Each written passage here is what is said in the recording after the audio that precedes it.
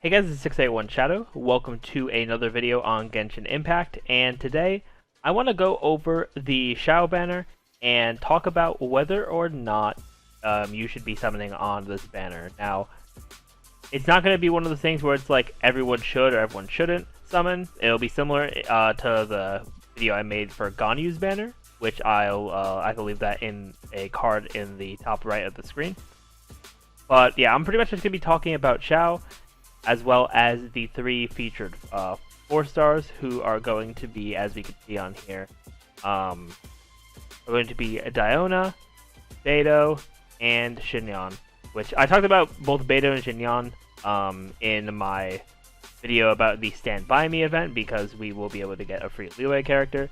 So that's definitely good to check out as well, but I will still be going over them in this video. But yeah, let's start with Xiao. I just decided to bring up the patch notes because it just gives a pretty standard sort of description without me going into, you know, leaks territory, because I don't really want to be covering leaks on the channel. But in terms of Xiao, he is an animal polearm user, which is definitely nice. Definitely nice to have more polearm users as well as more animo characters, because before this, all we really had were Sucrose, Jean, and the Traveler. So definitely good that Animo's getting some love.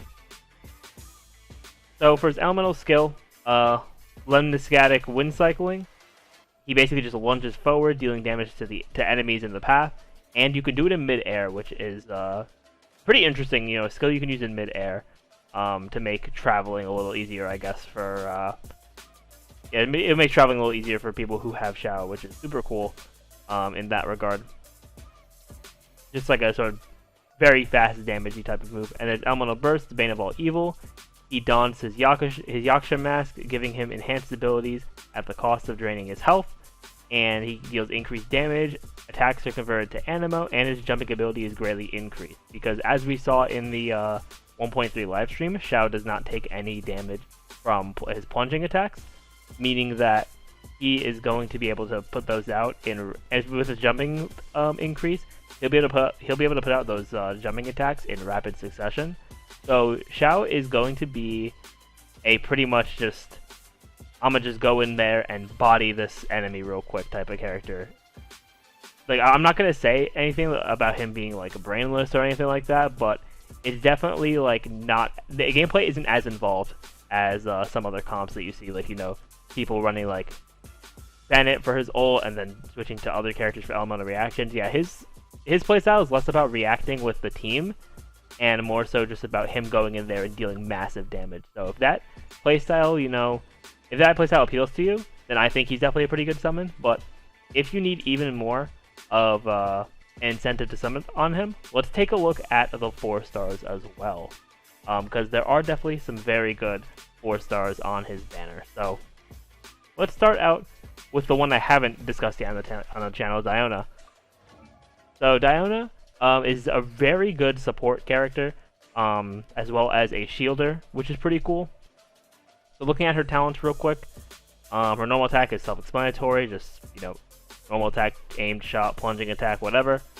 Her elemental skill fires an icy paw that deals cryo damage and forms a shield on hit, and the shield's damage absorption is based on her max HP, and the duration scales with the number of paws that hit the target. So the press one fires off 2, and then the hold one gives her a dash back before firing 5. And if you hold it, the shield created by a hold attack gains a 75% damage absorption bonus. So this shield is definitely, you know, very good for support. So yeah, so you can really just play like proactively, so that to just avoid damage altogether with her shield, which I think is very nice. And then with her elemental burst, tosses out a cold brew that deals AoE cryo damage and creates a drunken mist in an AoE.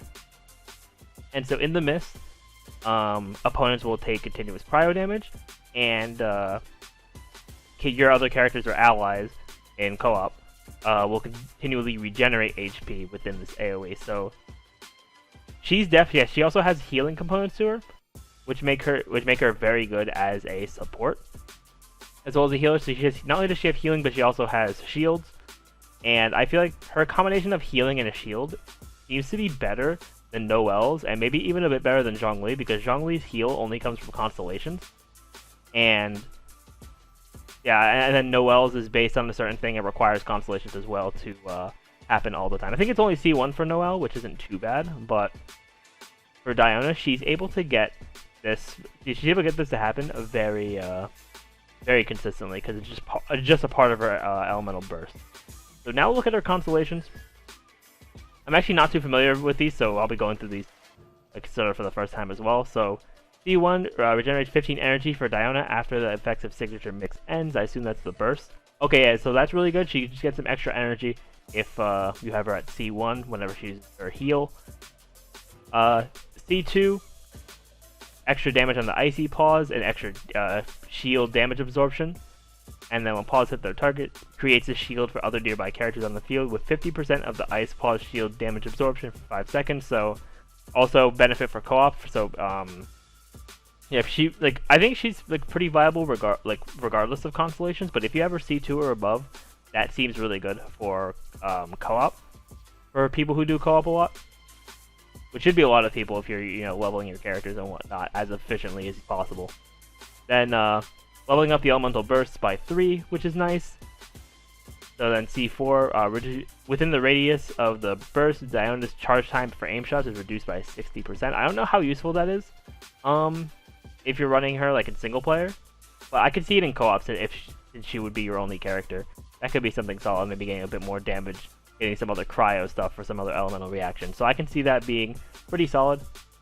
C5, Icy Paws gets some more scaling, and then C6, characters within the elemental burst will gain the following effects based on HP. So 50% or below HP, healing bonus by 30%, and then elemental mastery increase by 200 when HP is above 50%. So she's going to synergize very well.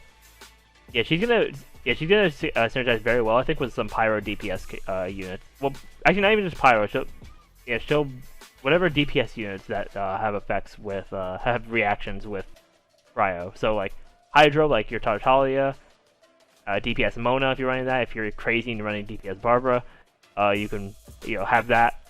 And for pyro, you have your Diluc.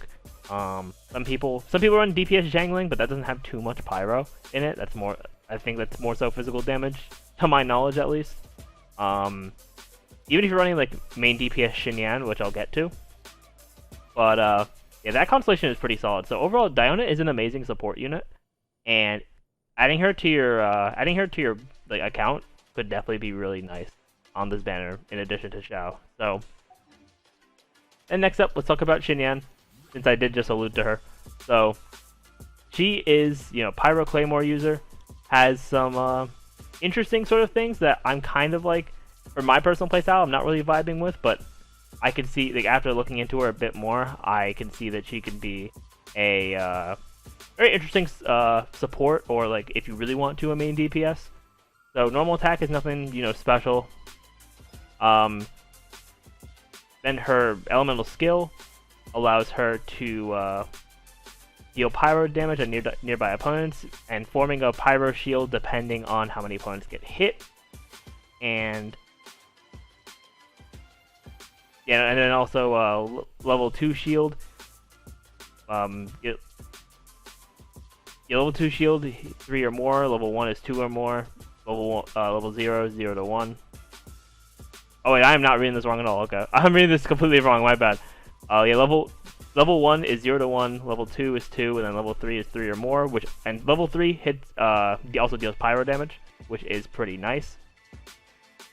And then on the shield, pyro damage absorption, and infuses Shinyan with pyro damage as well. And then her burst launches nearby opponents with a physical damage hit, and then also pyro damage to nearby opponents as well. So she has a weird mix of pyro and physical damage. However, if you get shield level 3, I think all the physical damage will turn to pyro, so it's probably best to build her in a pyro damage type of build. And then for her constellations, to go over them real quick here. So C1 gives her some extra attack speed, which is super nice on her normal and charge attacks. C2 C2 gets a big increase of physical damage, crit rate, and will form a shield. Yeah, and the burst will form a level 3 shield when cast, which is definitely pretty nice. C3 is some more scaling. C4 allows for the elemental skill to decrease opponent's physical res, which can be nice for like physical damage type of things.